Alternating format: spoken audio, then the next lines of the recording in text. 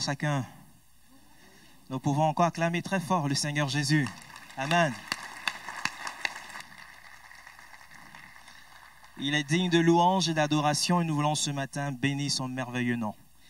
Un grand merci à toute l'équipe qui nous a conduits ce matin dans ce temps de louange, d'adoration. Et ce matin, sans plus tarder, je vais vous inviter à ouvrir la parole de Dieu avec moi dans les psaumes.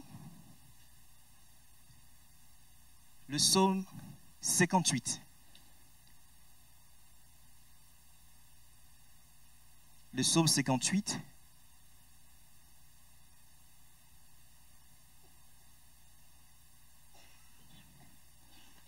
Et nous parlerons ce matin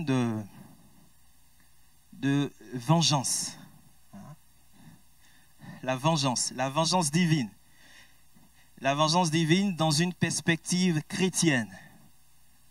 La vengeance divine dans le contexte du Nouveau Testament, mais comme porte d'entrée, nous allons partir de ce psaume-là, chapitre 58, qui est un psaume dit d'imprécation, un psaume de malédiction. Et nous allons voir, en fait, ensemble ce matin, essayer de voir comment considérer ces textes-là dans une perspective chrétienne, dans la perspective du Nouveau Testament. Psaume 58. Au chef des chantres, ne détruis pas. Hymne de David. Est-ce donc en vous taisant que vous rendez la justice? Est-ce ainsi que vous jugez avec droiture, fils de l'homme? Loin de là, dans le cœur, vous consommez des iniquités. Dans le pays, c'est la violence de vos mains que vous placez sur la balance. Les méchants sont pervertis dès le sein maternel. Les menteurs se garent aux sorties du ventre de leur mère.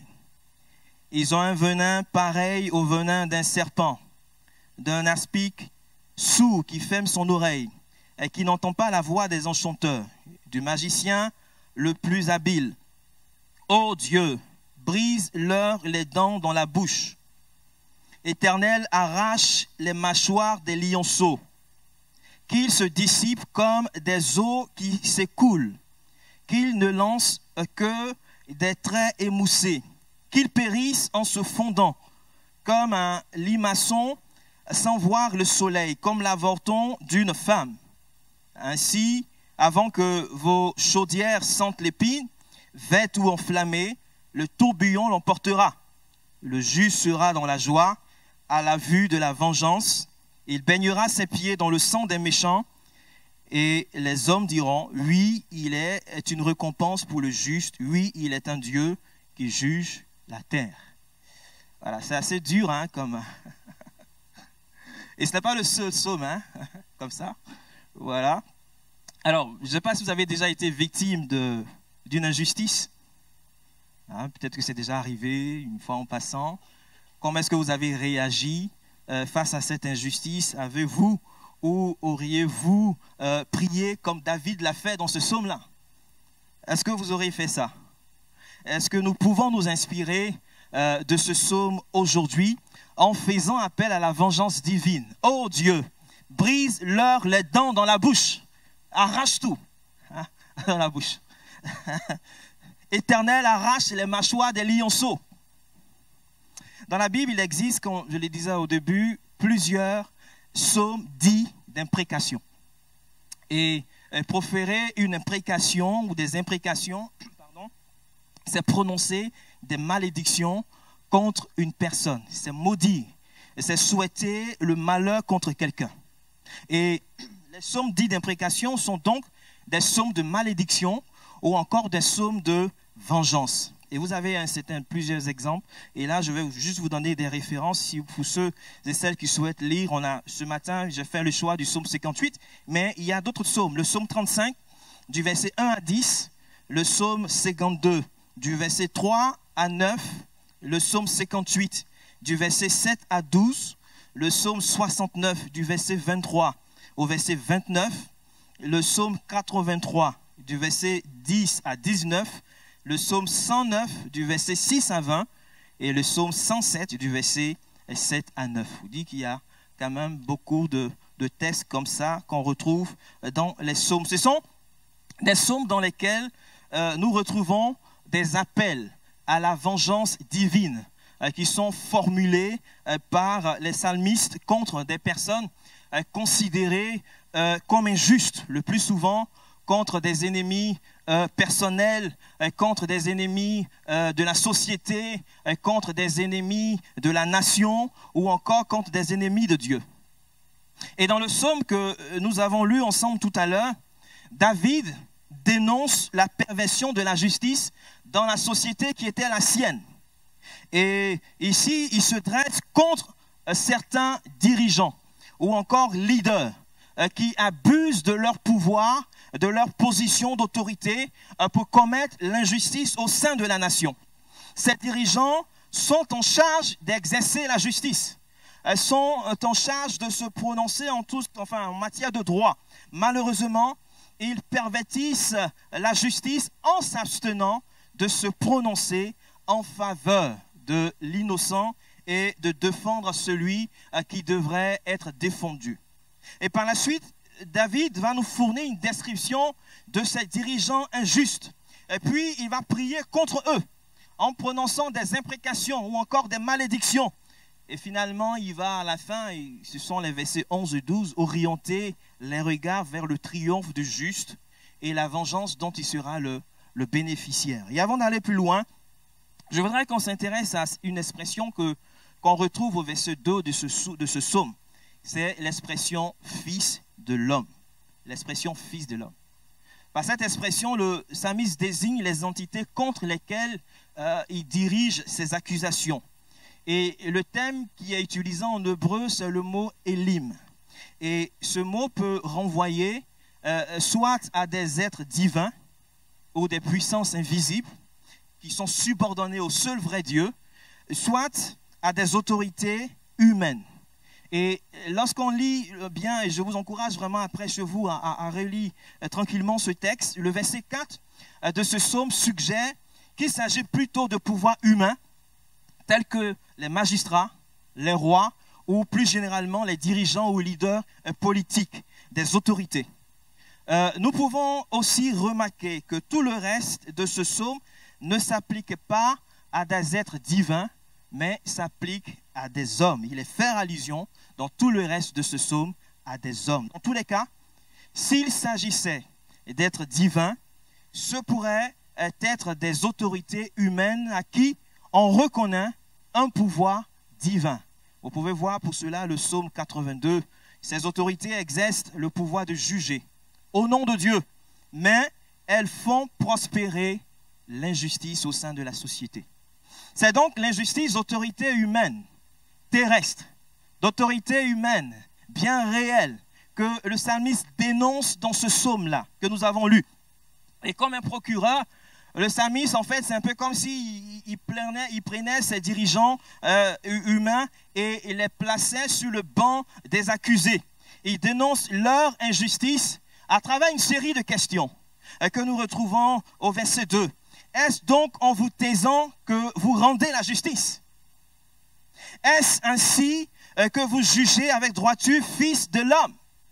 Bien évidemment, la réponse qui est attendue à ces questions qui sont posées est non. Non.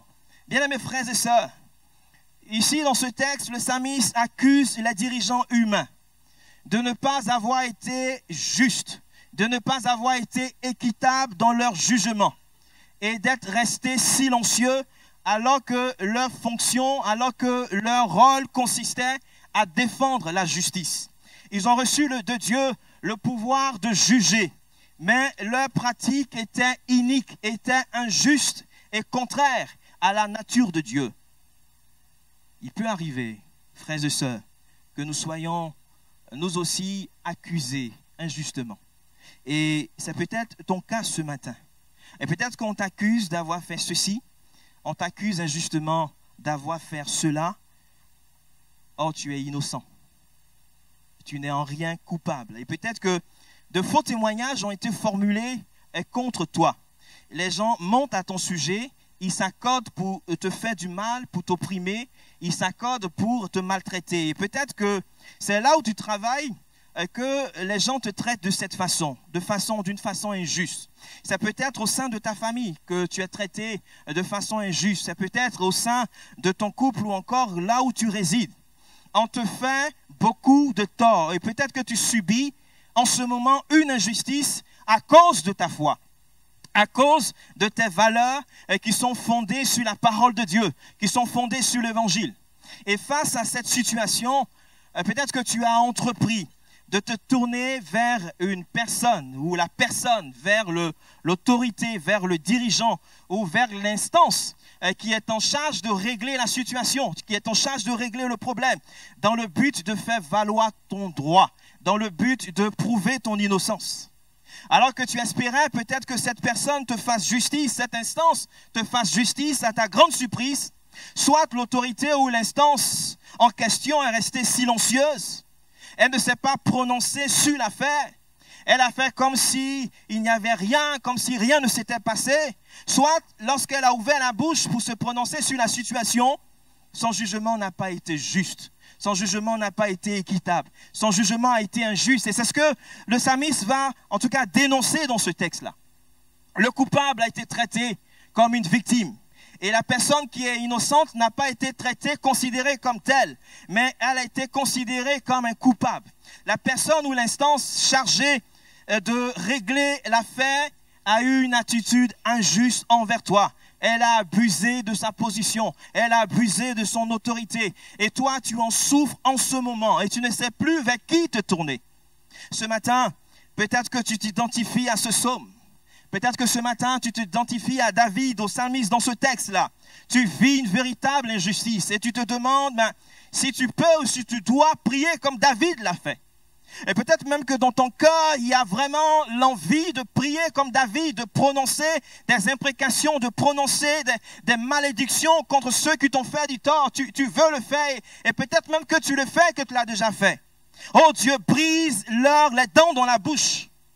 Éternel, arrache les mâchoires des lionceaux. Peut-être que tu as formulé dans ton cœur des prières semblables. Bien-aimé, comment considérer ce psaume dans une perspective chrétienne? Quand on est victime d'injustice, quand c'est compliqué, c'est difficile, et ceux qui sont censés se prononcer sur le droit à la justice, au contraire, ils sont injustes, corrompus, on ne sait plus vers qui se tourner. Comment faire? Comment faire? On essaiera de répondre plus précisément à cette question un peu plus loin. En tout cas, dans sa dénonciation de la perversion de la justice, le psalmiste indique aussi que l'injustice commise par ces mauvais dirigeants trouve sa source dans leur cœur. Trouve sa source dans leur cœur. Dans le cœur, vous consommez des iniquités.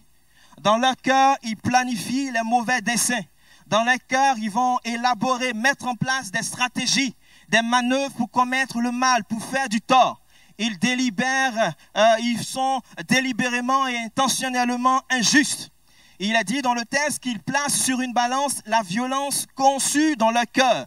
Il la pèse ou encore il la calcule contre les personnes innocentes en s'abstenant volontairement de délibérer en leur faveur.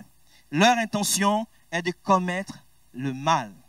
Bien-aimés, le plus souvent, les actes d'injustice ne sont que la manifestation visible de mauvais projets qui ont été conçus dans le cœur de l'homme. La Bible déclare ceci, que c'est du cœur que viennent les mauvaises pensées, le meurtre, les adultères, les impudicités, les vols, les faux témoignages, les calomnies. Matthieu 15, le verset 19. Et je ne sais pas ce que vraiment tu vis ou tu traverses en ce moment. Et peut-être que des gens ont planifié dans leur cœur de mauvais desseins, de mauvais projets contre toi. Ils ont passé leur temps en fait à réfléchir à comment ils vont te faire du mal, à comment être injuste envers toi. Peut-être qu'ils ont tenu des réunions, peut-être qu'ils ont eu des rencontres à ton insu. Il y a eu peut-être des échanges téléphoniques, des envois d'emails. Et peut-être que des groupes WhatsApp ont été créés pour planifier des choses contre toi. Et lorsque l'occasion s'est présentée, ces personnes n'ont pas hésité un seul instant à passer à l'action.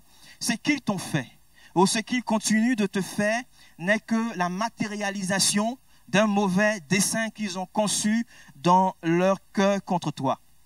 Et ce matin, peut-être que là, tu te dis, mais Pourquoi je subis cette injustice? Pourquoi on me maltraite? Pourquoi on m'opprime de la sorte? Qu'est-ce que j'ai fait à cet homme? Qu'est-ce que j'ai fait à mon chef? Qu'est-ce que j'ai fait à mon directeur? Qu'est-ce que j'ai fait à mon conjoint pour qu'il me traite d'une manière injuste? Qu'est-ce que j'ai fait à mon père, à ma mère, à mon mari, à ma femme? Qu'est-ce que j'ai fait à ce monsieur? Qu'est-ce que j'ai fait à cette femme pour qu'il me traite d'une manière injuste? C'est dans le cœur que ces personnes ont tout conçu. C'est dans le cœur de ces personnes que tout a été conçu. Dans ce psaume, deux réalités caractérisent ces dirigeants injustes. Premièrement, ils sont assimilés à des méchants qui sont pervertis dès le sein maternel et qui, à peine nés, se mettent hors du chemin exigé par l'alliance divine en proférant des mensonges. Et cette perversion, dès le sein maternel, parle de déchéance morale, parle de déchéance spirituelle. Et cette déchéance décrit l'humanité de façon générale, y compris le psalmiste lui-même qui écrit ces textes. Nul n'est exclu de cette déchéance morale et spirituelle. Cependant, le langage qui est utilisé dans ce texte est caractéristique de ces dirigeants injustes. Dès le début, la méchanceté de ces dirigeants, comme il a dit dans ce verset, dans ce texte, est congénitale. C'est-à-dire qu'elle est en eux dès la naissance. Elle est manifeste dès leur plus jeune âge. Les mensonges qu'ils profèrent en se prononçant injustement, en condamnant la personne innocente injustement, sont l'une des preuves de leur perversion morale et spirituelle. Ces dirigeants injustes n'ont pas appris à mentir. Ils n'ont pas appris à être injustes. Ils ne sont pas allés dans une école où on forme, où on apprend à être injuste, où on apprend à mentir. Non, ils ne sont pas devenus injustes, menteurs au contact de la société. C'est depuis la naissance qu'ils sont ainsi. Et la deuxième caractéristique de ces dirigeants injustes, c'est que le psalmiste va les comparer à des serpents. Il les compare à des serpents. On va prendre le temps en tout cas de voir un peu ce qu'il dit exactement dans ce texte et puis on reviendra un peu plus loin en essayant de répondre plus précisément à la question que j'ai posée au début de la prédication. Il les compare à des serpents. Plus exactement à des vipères ou encore à des cobras, dangereux et venimeux. Dangereux et venimeux. Il a dit que leur venin est comme le venin d'un serpent. Ce venin, ce sont les paroles de mensonges qui sortent de la bouche de ces personnes injustes. Ces paroles ne sont pas inoffensives. Ce qui sort de leur bouche est aussi affligeant, est aussi cruel, est aussi mortel que le venin d'un serpent. Et peut-être que ceux sur qui tu comptais pour faire valoir ton droit et pour prouver ton innocence ont prononcé contre toi des paroles de mensonges, des faux témoignages, des accusations injustes. Ces paroles agissent dans ta vie comme un poison, comme un venin, avec des conséquences néfastes. Ces paroles t'ont opprimé. Ces paroles t'ont profondément blessé.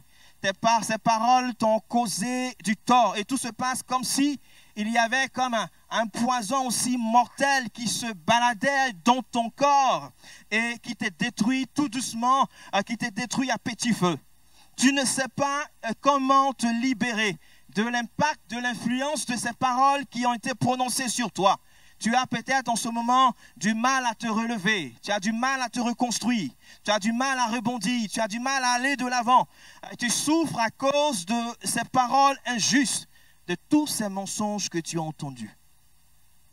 Il y a une autre chose qu'il convient de noter au sujet de ces serpents, vipères ou cobras ou je ne sais pas d'autres encore, c'est que ces serpents peuvent être rendus inoffensifs par des charmeurs ou par des enchanteurs, même si naturellement ils ne le sont pas. Mais ils peuvent être rendus inoffensifs. Vous savez, je ne sais pas si vous voyez un peu les charmeurs de serpents. On les voit avec une flûte dans la bouche et quand tu joues de la flûte, le serpent qui est dans un panier qui sort, et comme si oui, il est charmé, il est rendu inoffensif. Donc en fait, le charmeur de serpent, c'est cette personne-là qui va rendre inoffensif. C'est des serpents venimeux, dangereux, en les tenant sous le charme d'une musique. Cependant, il peut aussi arriver que ces serpents fassent la sourde oreille.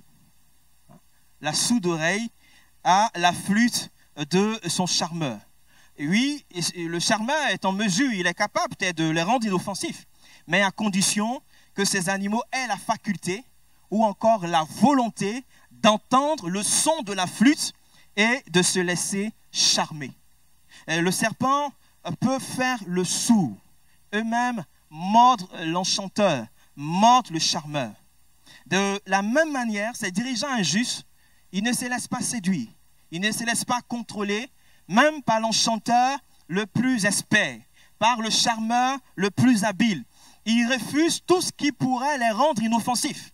Et peut-être qu'une personne, une autorité, une instance en charge, comme on a dit, de régler certains problèmes, en plus d'avoir prononcé des paroles de mensonge contre toi, faire le sourd à tes appels à la justice.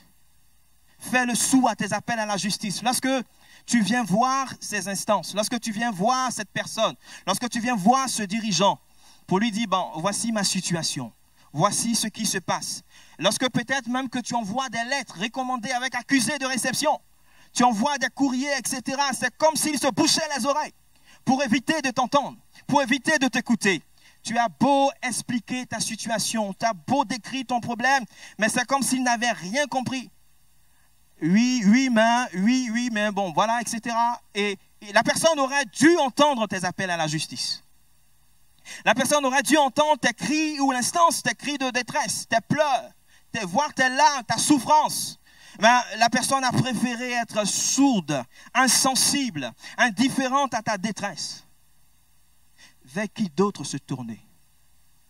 Vers qui se tourner? Lorsque ceux qui sont en charge de nous faire justice agissent injustement. À quelle porte frapper? Où aller? Que faire?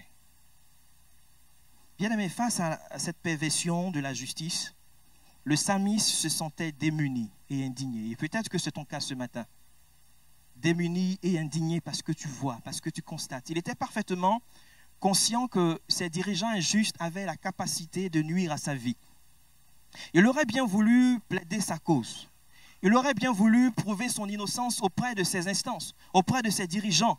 Mais ce n'était même pas la peine, en fait, de tenter de le faire parce que c'était inutile, parce que ces derniers étaient méchants. Ces derniers étaient corrompus. Ça sert à quoi d'aller voir telle structure? Ça sert à quoi d'aller voir telle instance? Ça sert à quoi d'aller voir telle personne? Parce que je sais ce qu'il va dire, je sais quelle est sa position par rapport à telle situation. Ça sert à quoi?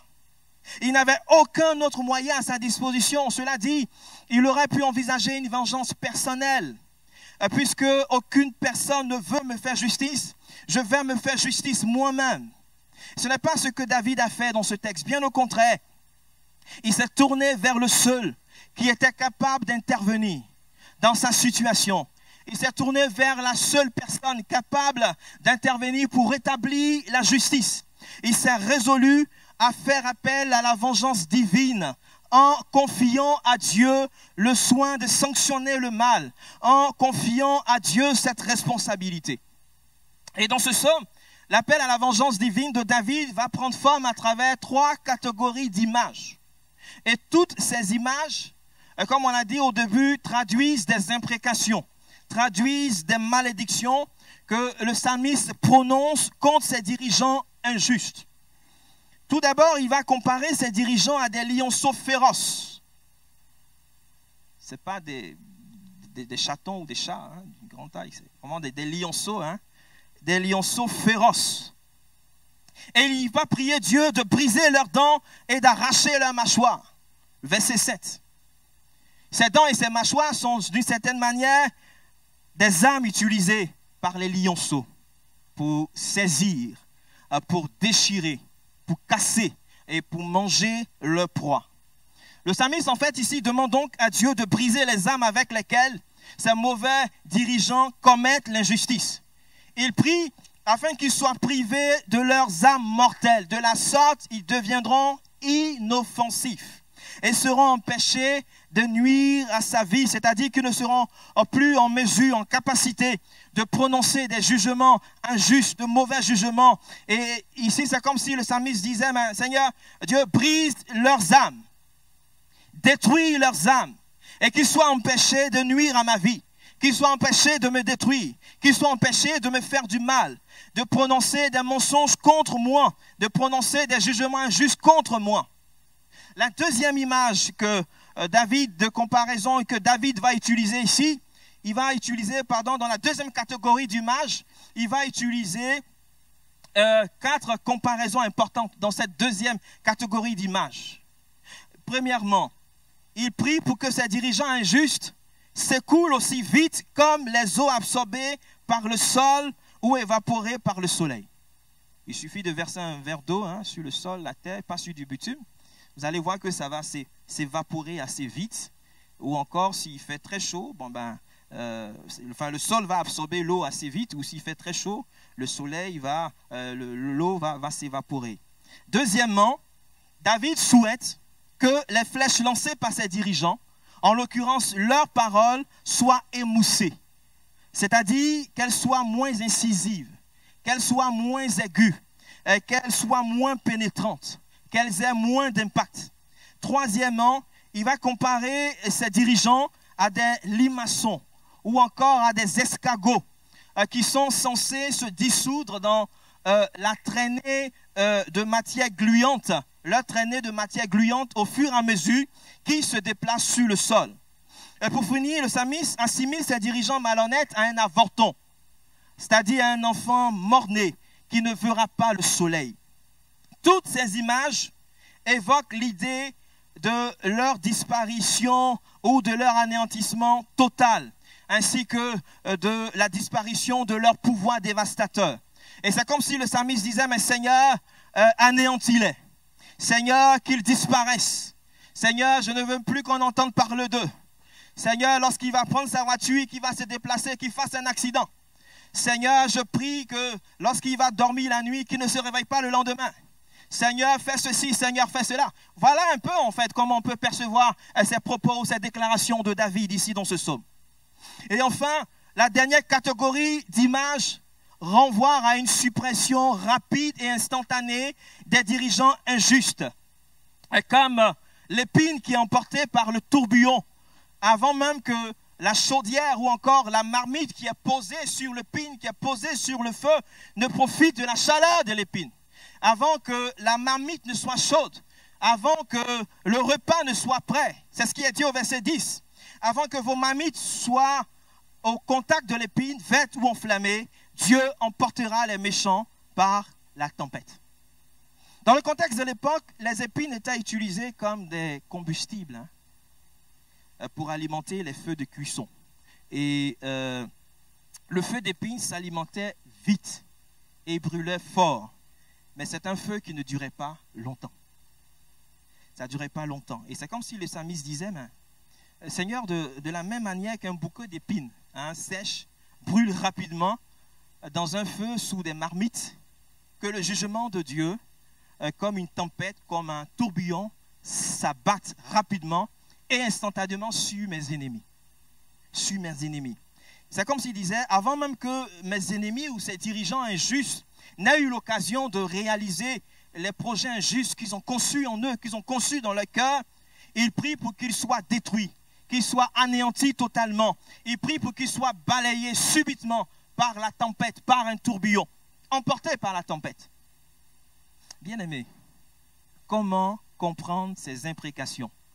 Comment comprendre ces malédictions prononcées par David dans une perspective chrétienne? Est-ce que comme David, nous pouvons faire appel à la vengeance divine de cette manière, à l'image de ce qui est mentionné dans ces versets 7 à 10?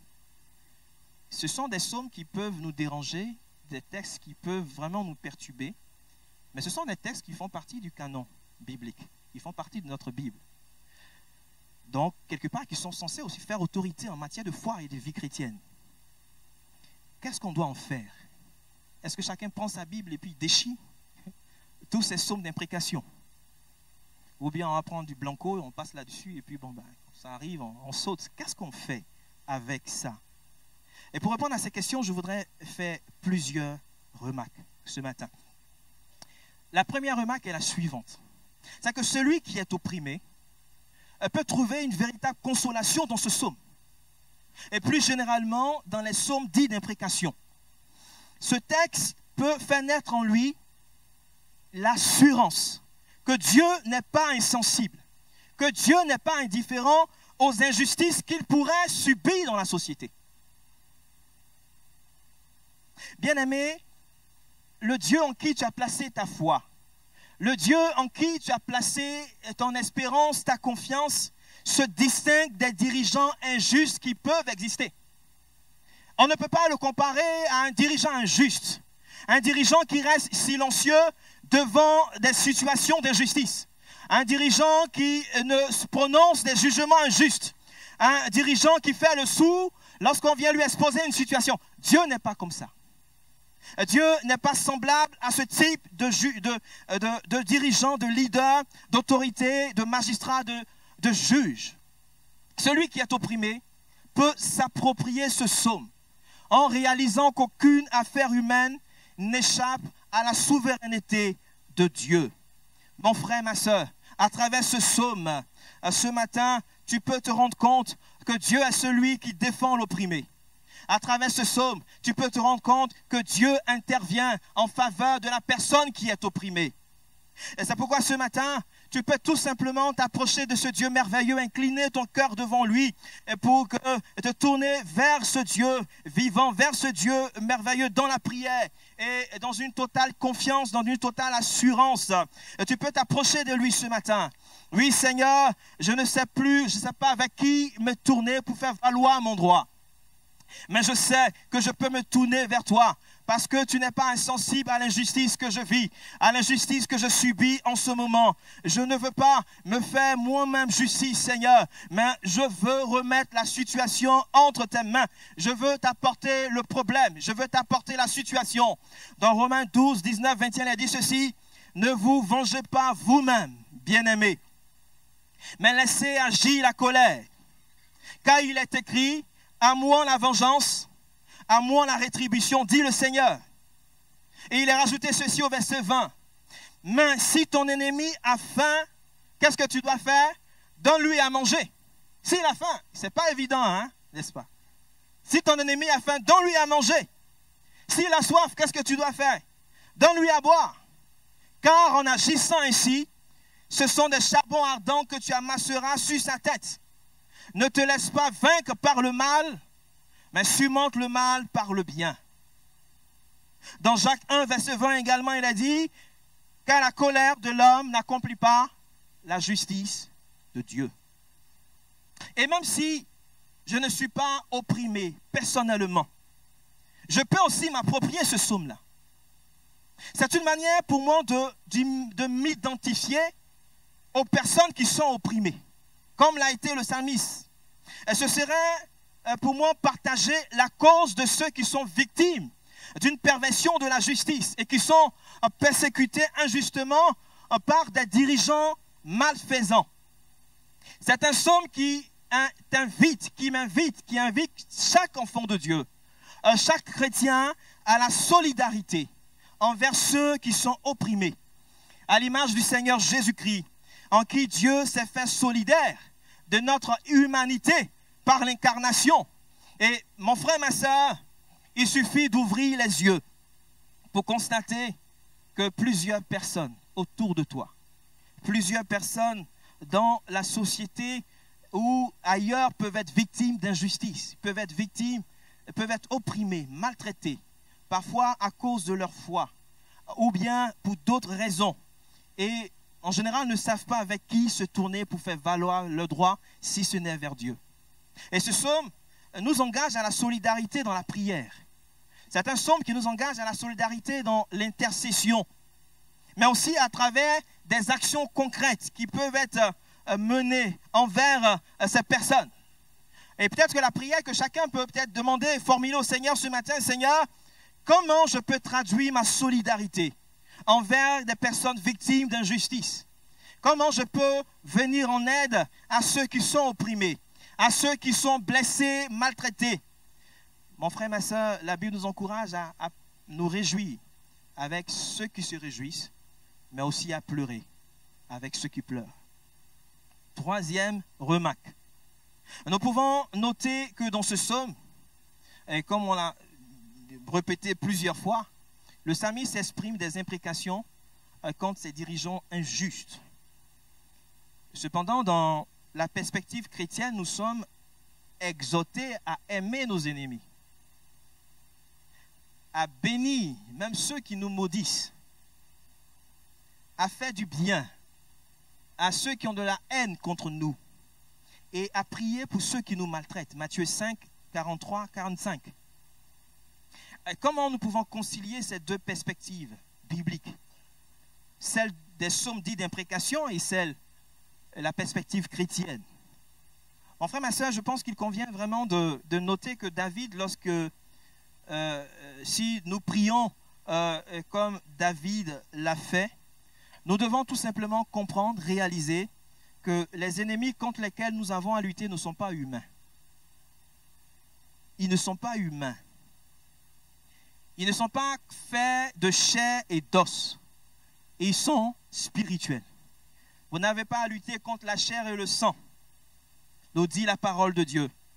Les ennemis contre lesquels nous avons à lutter, ce sont les dominations, les autorités et les princes de ce monde de ténèbres. Ce sont les esprits méchants dans les lieux célestes qui sont à l'œuvre dans le monde. Éphésiens 6, le verset 12. Et derrière des situations d'injustice que nous pouvons subir le plus souvent, il y a l'action des puissances des ténèbres. Et c'est contre ces puissances que nous devons nous lever et combattre dans la prière, et non contre la chair et le sang, comme il est dit dans la parole de Dieu. Pour autant, cette réalité n'exonère pas les dirigeants qui commettent l'injustice de leur responsabilité. Et en fin de compte, s'il est vrai que dans ce psaume, il est fait appel à la justice divine, il est surtout vrai que dans l'histoire de l'humanité, dans l'histoire du salut, dans l'histoire de la rédemption, cette vengeance s'est pleinement manifestée dans la mort de Jésus-Christ en sacrifice sur le bois de la croix.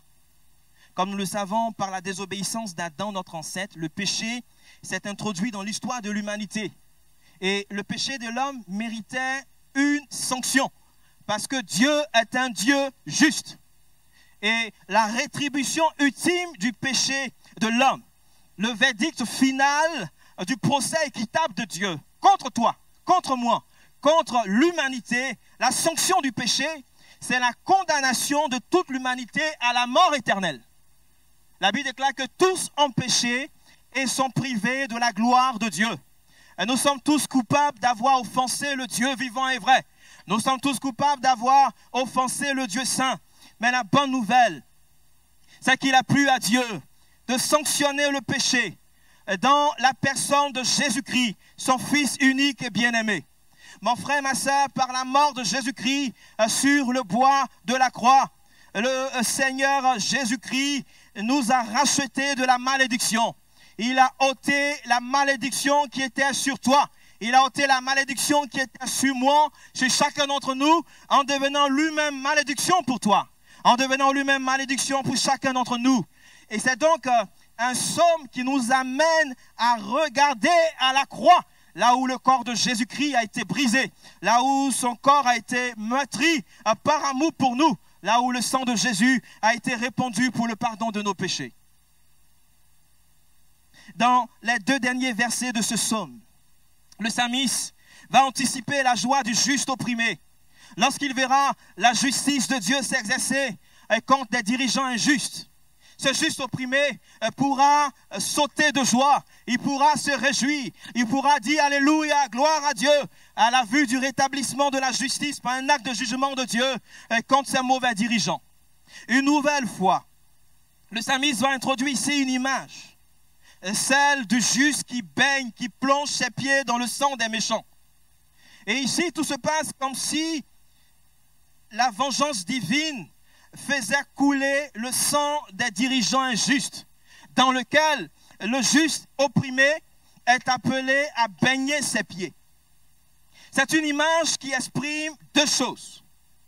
C'est une image qui exprime d'abord la défaite des méchants, mais c'est une image qui exprime aussi la victoire du bien sur le mal. Et comme si Dieu disait au juste, viens marcher avec moi sur le champ de bataille. Viens prendre part à la victoire que j'ai remportée. Viens et plonge tes pieds dans le sang des méchants qui ont été vaincus. Le sang des méchants qui ont été terrassés.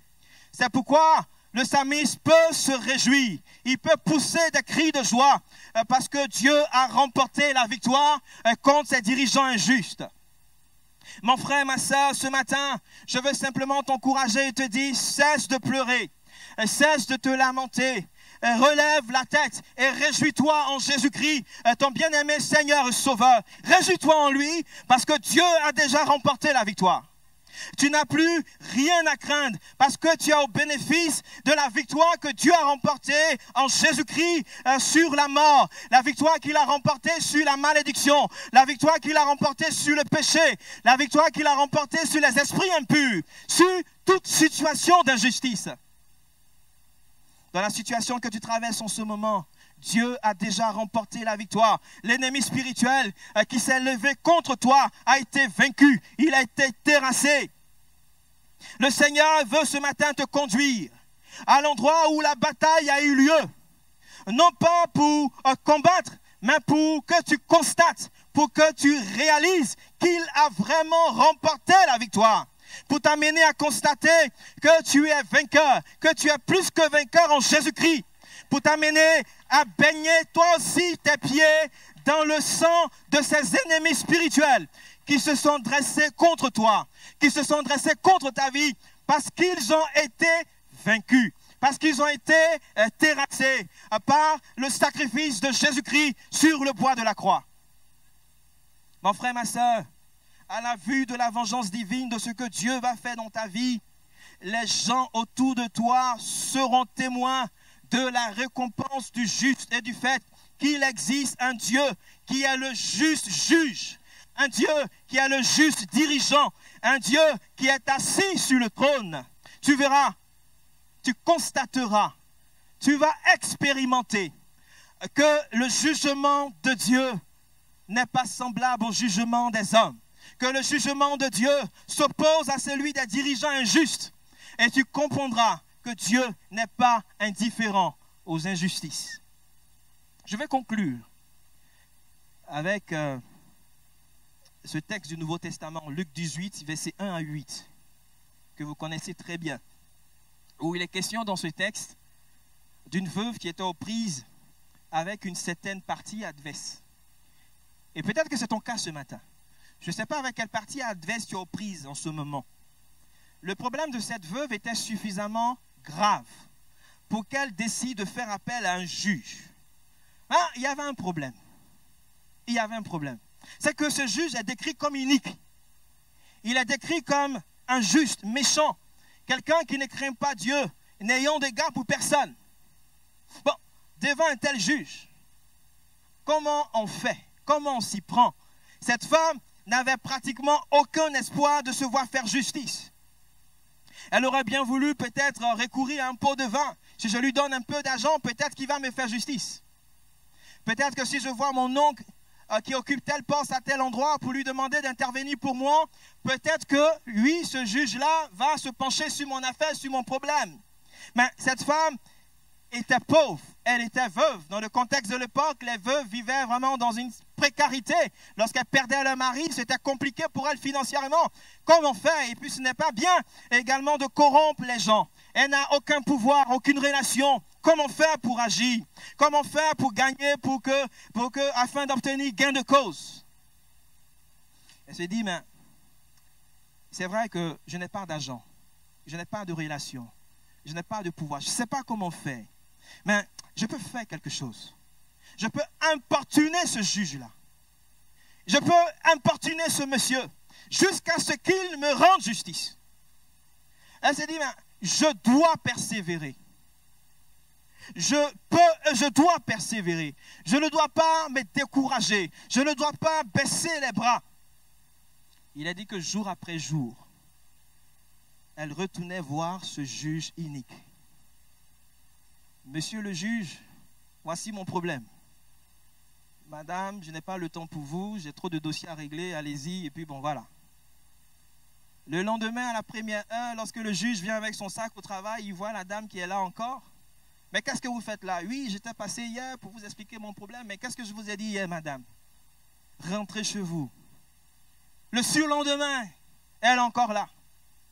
Et elle vient avec la même supplication. Défends mes droits contre mes adversaires. Et chaque jour qu'elle venait voir ce juge inique, c'est cette même supplication qu'elle adressait à cet homme.